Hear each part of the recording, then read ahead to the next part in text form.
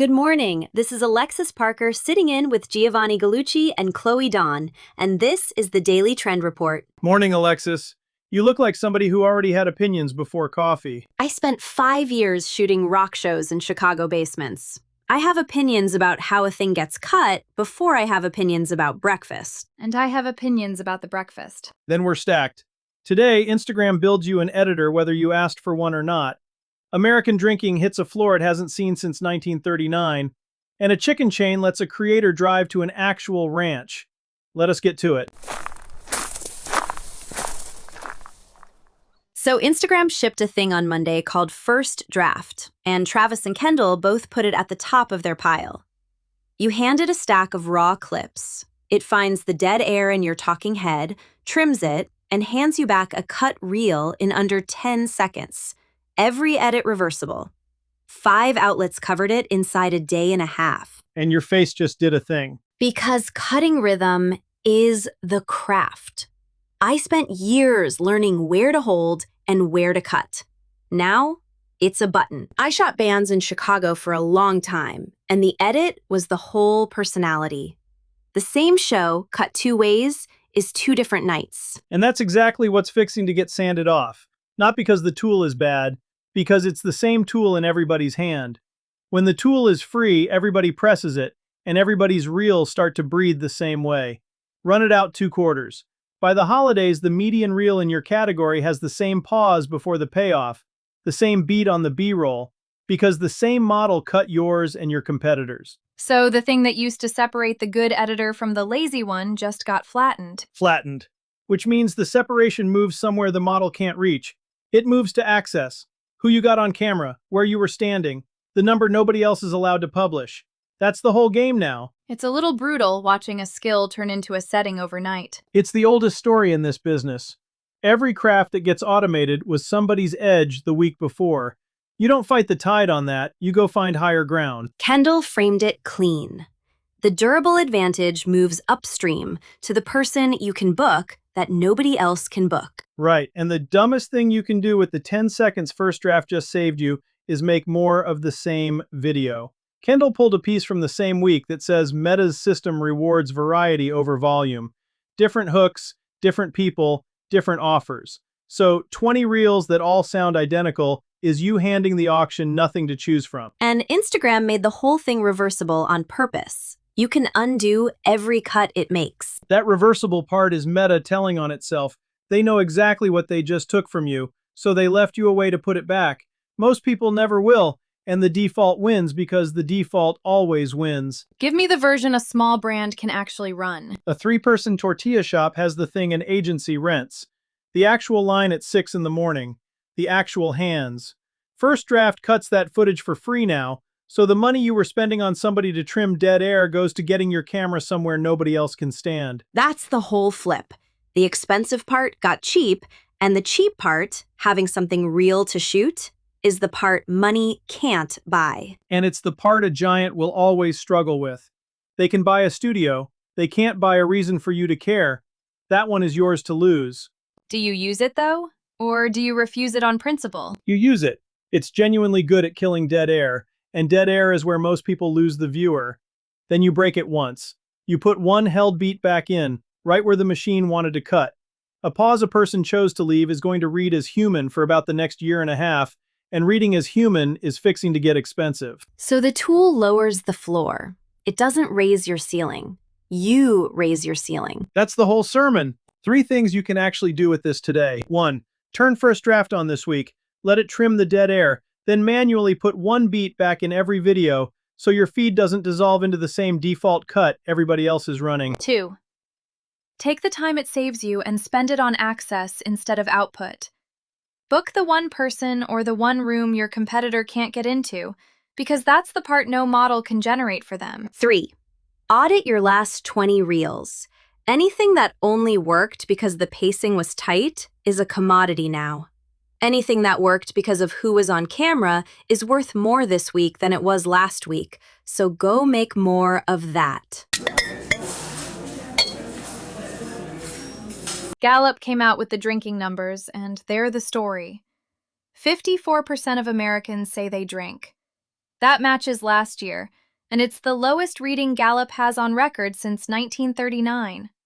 It was 62% just 3 years ago, and for the first time, a majority says even moderate drinking is bad for you. 1939. That's a number with some dust on it. The drop is steepest with women, down 11 points since 2023, and with the under 35 crowd who fell from 59 to 50. So this isn't a dry January that forgot to end. This is a floor. The share of the shelf that alcohol used to own is permanently smaller, and somebody is going to claim that ground. What's actually driving it, though? Taxes, prices, health? The belief moved. A majority now says even 1 or 2 is bad for you, and that's the first time Gallup has seen that. Behavior follows belief, not the other way around.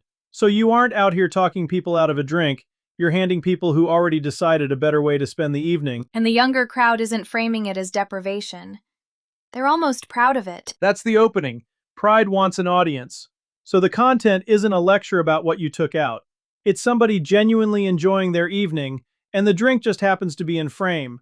You're selling the 6 o'clock feeling. The can is the supporting actor. And the instinct in the category is to call the product non-alcoholic and set it on the shelf. Which is the mistake.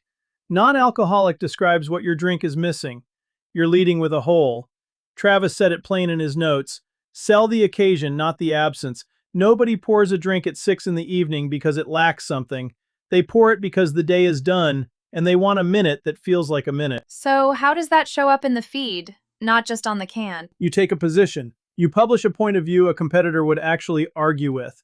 Say out loud that the 6 to 9 slot belongs to a grown-up drink that's bitter and complex and doesn't taste like a soda apologizing for itself. Then you show it. Film the pour. Film the ritual. The ice, the glass, the quiet. Kendall made the same point from the other side, that this occasion isn't asking for a mocktail impression of a cocktail.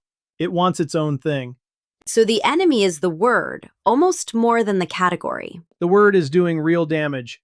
Every time you lead with non-alcoholic, you remind a person of the exact thing they aren't having. Lead with what they're having instead. A ritual, a flavor, a reason it earned a spot on the table. Even the big houses are circling it. One of the sparkling wine incumbents just rolled a ready-to-drink spritz into the space. Of course they did. And they'll sell it like a wine cooler with a spa day. The independent that wins here's the one that actually has a stance about the evening and isn't afraid to say it out loud, while the giant is busy focus grouping the word calm. I keep coming back to the women's number. Down 11 points. That's a lot of people who reorganized their whole evening. And almost nobody is making content for them. The category is still shooting the same beach party it shot in 2015. Show a real Tuesday night instead. A book, a porch, a good glass, no hangover coming in the morning.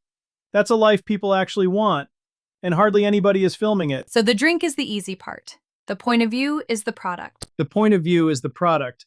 Everything else is garnish. Here's what to actually do with all of that. 1. Pick a stance about the evening occasion and post it as a flat statement somebody could disagree with, because a claim nobody argues with is a claim nobody remembers. 2. Retire the phrase non-alcoholic from your captions for a month and shoot the ritual instead.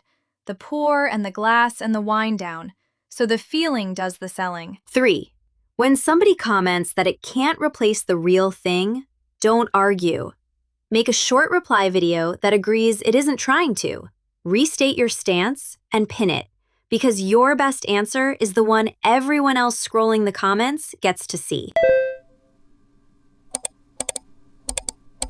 All right, this is the one I've been waiting on. Travis put 4 real campaigns from the last week on the table, and lined up next to each other, they tell one clean story about what actually works. Start with the chicken. Start with the chicken. KFC dropped a thing called Hot Ranch with I Show Speed.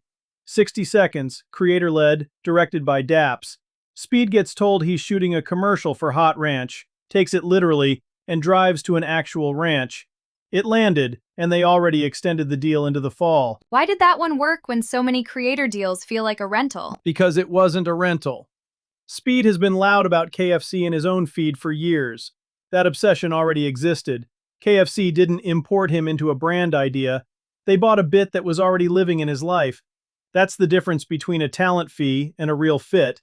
and the camera can always tell. So you can't buy your way into looking authentic. You can't buy it, but you can go find it. Somewhere out there, a creator already loves your product and says so for free. That person is worth 10 of the one with a bigger following who has never touched it. Read your own mentions before you ever read a media kit. So the premise has to be true before the money shows up. The premise has to be true. Now flip it. Callaway let a golf creator tackle a woman reaching for a driver and stand over her saying, "Don't touch my new driver." It was supposed to be a spoof of some horror movie. Nobody in the cut told you that. So it just read as a man leveling a woman for a golf club. They pulled it, and the CEO stood up Tuesday and apologized for it by name. The creator moved faster than anybody could ask, should we? Every time. Creator speed outran brand review, and the parody only reads as parody if you already know the movie. If the joke needs a footnote, it isn't a joke. It's a liability with good lighting. The reference thing gets me. They assumed everybody had seen the same trailer they had. That's the trap with a reference. It feels obvious in the room where everybody already knows it. Out in the feed, a stranger sees the raw thing you actually filmed, with none of the context that was in your head. Shoot for the stranger, every single time. And there's a third one that's almost worse. Lovesack, a comedian out of Dallas, posted a phone rant about building one of their couches out of 24 boxes and called it corporate terrorism. It traveled, because anybody who owns that couch could confirm it. The complaint was survivable. Then Lovesack posted a rebuttal that made fun of the guy for needing, quote, tiny gloves.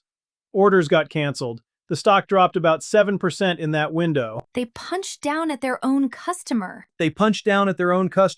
And they handed the original video a second lap around the track for free.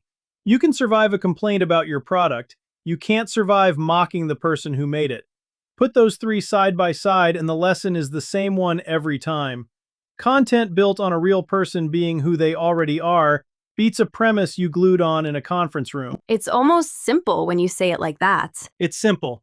It's just not easy. Simple means you know the answer. Easy means you're willing to give up some control. Let the creator actually be the creator and put out a thing you didn't fully script. Most brands say they want real, then they edit the real right back out of it. 3 moves before we get out of here. 1. Cast for a relationship that already exists. Before you pay a creator, go find where they've already mentioned you on their own, unpaid, because that's the only premise an audience will believe. 2. If your joke needs a footnote to land, kill it. Anything that only reads as funny when the viewer already knows the reference is a risk with no upside. So cut it before your CEO has to. 3. When a customer roasts you and it's fair, never punch down. Answer with a wink or answer with a fix. Put your own face on it and let the comment section watch you take it well, because that clip does more for you than any apology ever will. Before we go, if you're a food or beverage brand standing up a new channel or trying to wake a dead one back up and the posts just sit there not moving, that's usually not a posting problem. It's a voice problem. That's the work I do. I build the brand voice and the content strategy that give a feed a reason to exist. 15 plus years of it, all in food and beverage.